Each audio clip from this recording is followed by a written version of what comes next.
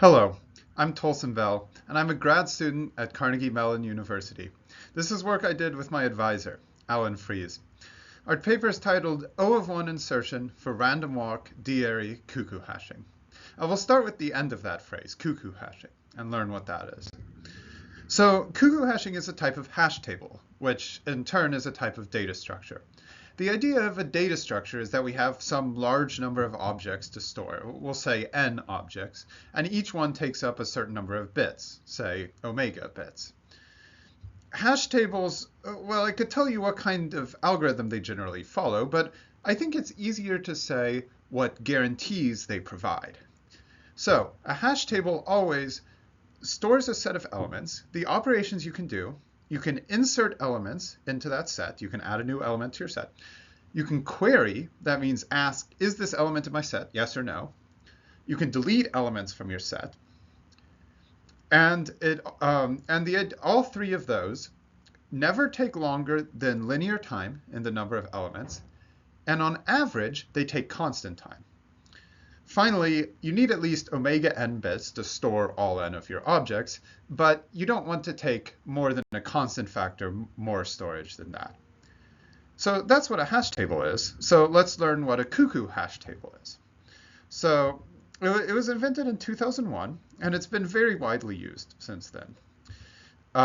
Both in practice, actually people who want to store large databases of elements, and also in theory. For instance, in cryptography, it's been used for private information retrieval and oblivious RAM, as well as there's cuckoo filters and many other things.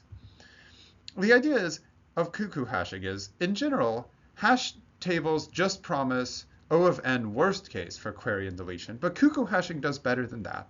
It guarantees constant case query and deletion. Even in the worst case, it's O of 1. Now, when I'm talking about time complexity, maybe it doesn't make sense that I put 2 in the table. But 2, as you'll see later, is actually the number of times it needs to look into the table in order to see whether an element's there or not, and in order to delete an element. Also, in the space complexity, it specifies what the constant factor is. It says just a little bit more than 2 times the required amount of space. So maybe 2.1 times how much space the elements take up. Insertion still just has the normal guarantee of O of 1 in the average case and O of n in the worst case. So what does the algorithm actually do? I've told you what it guarantees, but now I'll tell you the actual algorithm.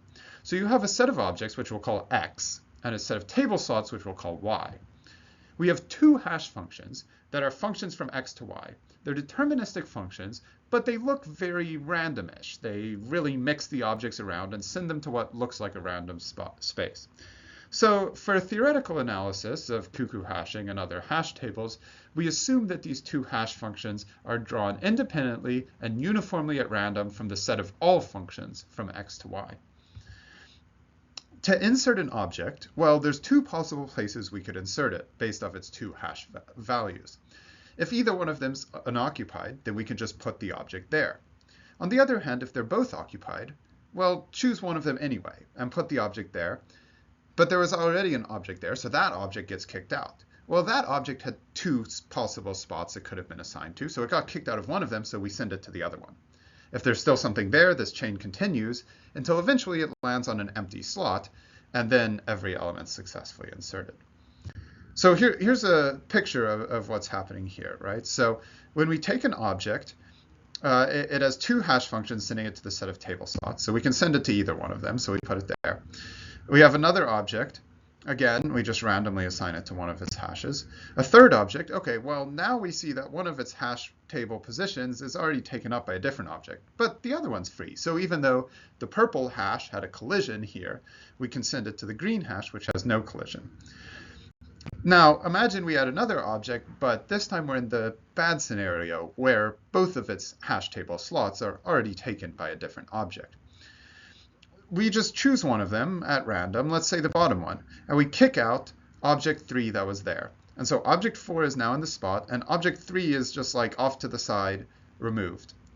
So where do we send object 3? We send it to its other hash position, where object 2 had previously occupied. So if object 3 kicks out object 2 and takes that spot, now we have to send object 2 somewhere else, so it goes to its other hash, And now we're all happy because every object is assigned to one of its two hash values and there's no collisions. So query and deletions under this model are really easy. There's only two possible places where any object could be, so just check both of them. If it's in neither one, then we know it's not in our table at all. If it is in one of them and we want to delete it, we just remove it. We don't have to do anything with the other elements or leave any markers like other hash tables do or anything. It's very easy.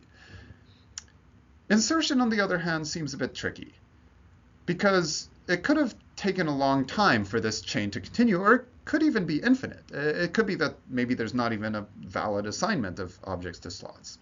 And so what really makes cuckoo hashing work is this mathematical theorem that says if our hash table is less than 50% full, then with high probability, by which I mean probability tending to 1, there is a matching of objects to slots, which is something we need. And furthermore, the expected insertion time, the time to do one of these chains, is a constant.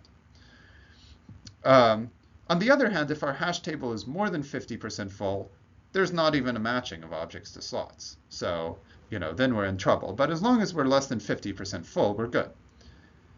Well, in some scenarios, you might want a hash table to be a bit more than 50% full. In fact, in some other research, including research at this conference, there's work on what if the hash table is 1 minus epsilon full, or it only takes 1 plus epsilon, the required amount of space. So maybe 50% full doesn't cut it. And so that's where we generalize to d-ary Cuckoo hashing.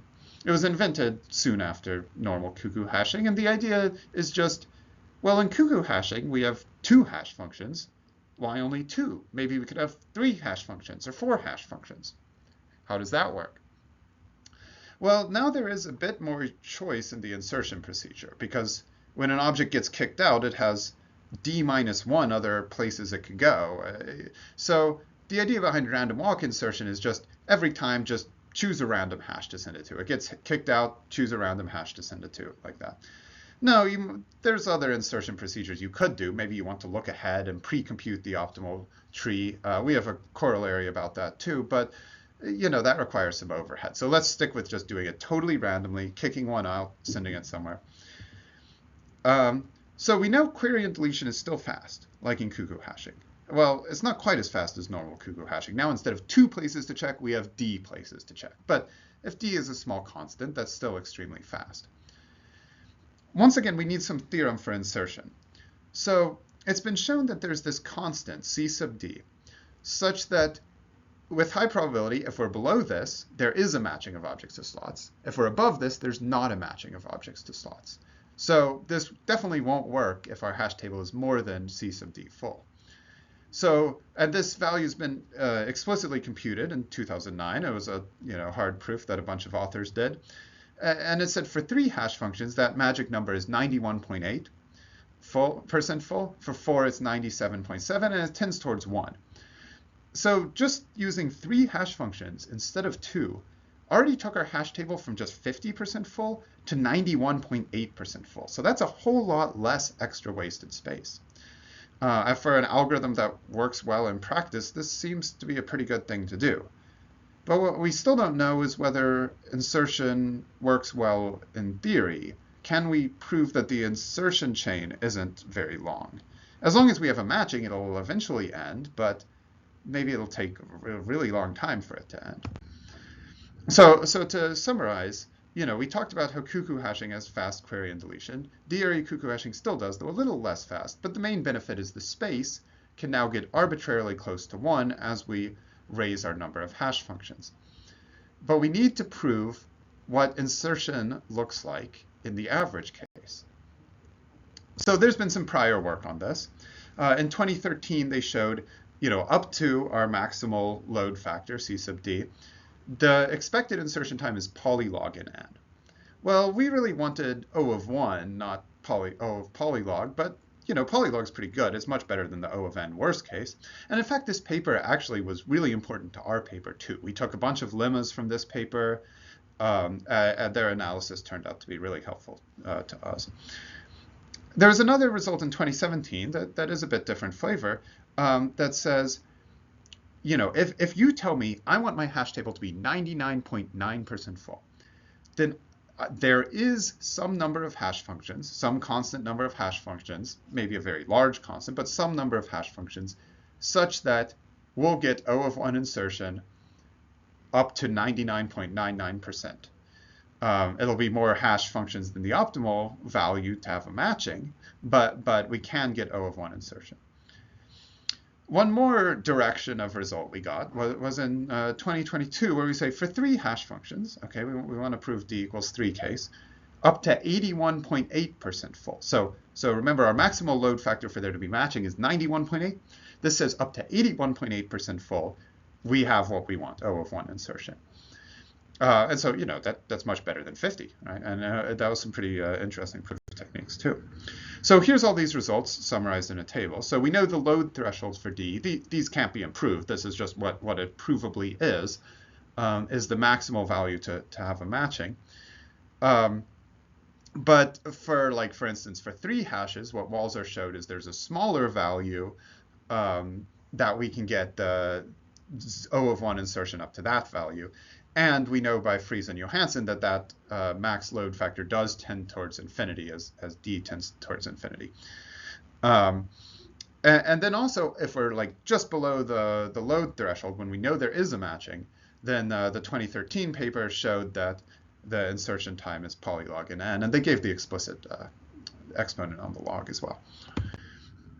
So I make this table a little bit smaller here to put our results below it. So we what my advisor and I proved this year is that for 4 and more hashes, we can have O of 1 insertion up to the load threshold.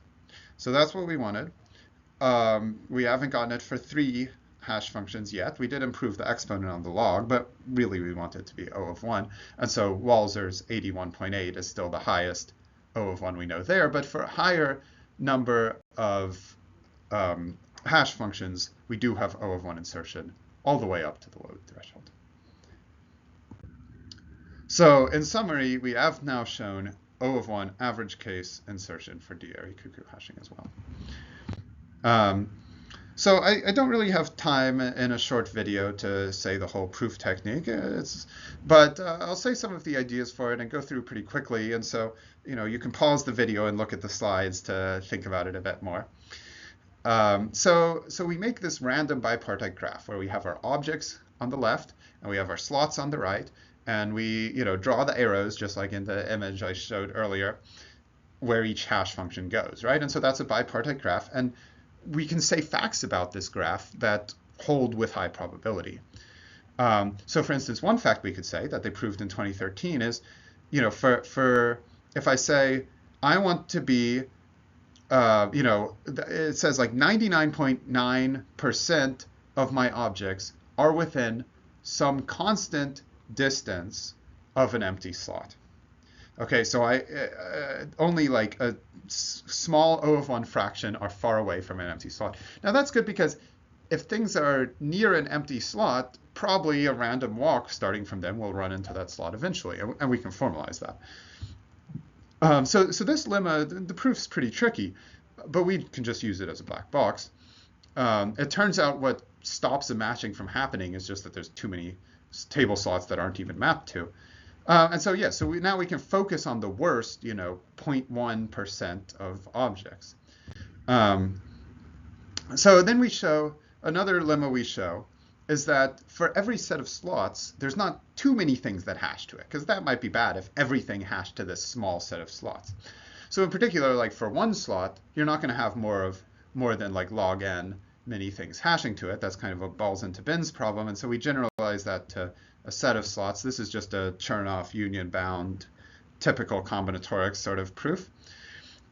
And then we show on the other side for every set of objects that there's a decently high number of distinct slots that set of objects maps to. It turned out the precise constant on this lemma, the precise numbers in it, turned out to be really critical to our proof going through, almost surprisingly so. And so they had proven this lemma in 2013, but we needed to improve the parameters on it. And so we did some tricky things. We counted surjections and added some tricks. In fact, if this in the d equals 3 case, if we get the constant below 4 there, it would prove the d equals 3 case. We've thought about this, and we know some kind of barriers to it, but it's a good direction to go that might be able to prove it. The one new idea in our proof is defining these bad sets. Okay, so the bad sets are somehow the ones we don't want to hit. The ones where if we land on these slots and the objects in them, it's going to take a while until we get to there. And the reason it'll take a while is because only a small fraction of their neighbors are near to an empty slot. And here's the formal definition of that.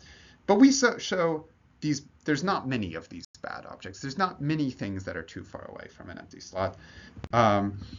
And so then the overall idea of our proof is, okay, if we walk for, say, I steps, either, number one, we stay outside of this bad set. Well, in that case, walking for I steps is unlikely because we're near enough to an empty slot that probably at some point we'll walk to it. On the other hand, hitting that bad set is also unlikely because the bad set's small. And so we're unlikely to hit it, and we're unlikely to walk for a long time if we don't hit it. And so in total, we just see that we're just unlikely to walk for a long time. And we also have to show, the matching updates as objects move. So there's a bunch of technicalities and stuff like that. We are still working on these problems and related problems. So of course, the biggest open question is this d equals 3 case. Okay, we need to finish that off. And we have both ideas and barriers for how to do that. And yeah, feel free to reach out with ideas. The O of 1, right, it depends on D, the number of hashes, and C, the load factor. And we'd probably like to improve that dependence. It's quite bad. The main idea was to eliminate N, right, but we still have this dependence on D and C. We also show if we're taking a certain number of the probability of taking a certain number of steps should probably decline exponentially in the number of steps, but we actually have something a bit sub-exponential. We also have these with high probability statements about our graphs. And we know we need some with high probability statements because we might get super unlucky and everything maps to the same place. But we should hopefully be able to improve the with high probability bounds and similarly show robustness to deletions, because eventually, as we add and delete things, eventually we're going to break one of these with high probability statements and need to rebuild the table or stuff. So basically our O of 1 insertion was just considering building up the table once. But as we keep deleting and adding things, the result can break down, and we'd like more robustness to deletions. There's a different generalization of cuckoo hashing where instead of saying I'm going to take D hashes, you just say, okay, each slot, instead of only having room for one object, what if it had room for 2 objects or room for 3 objects? It turns out that has very similar benefits and trade-offs to adding more hash functions. And we want to prove O of 1 insertion for that too. I think our work should extend to some of that, and we're working on some ideas like that. So thank you for watching.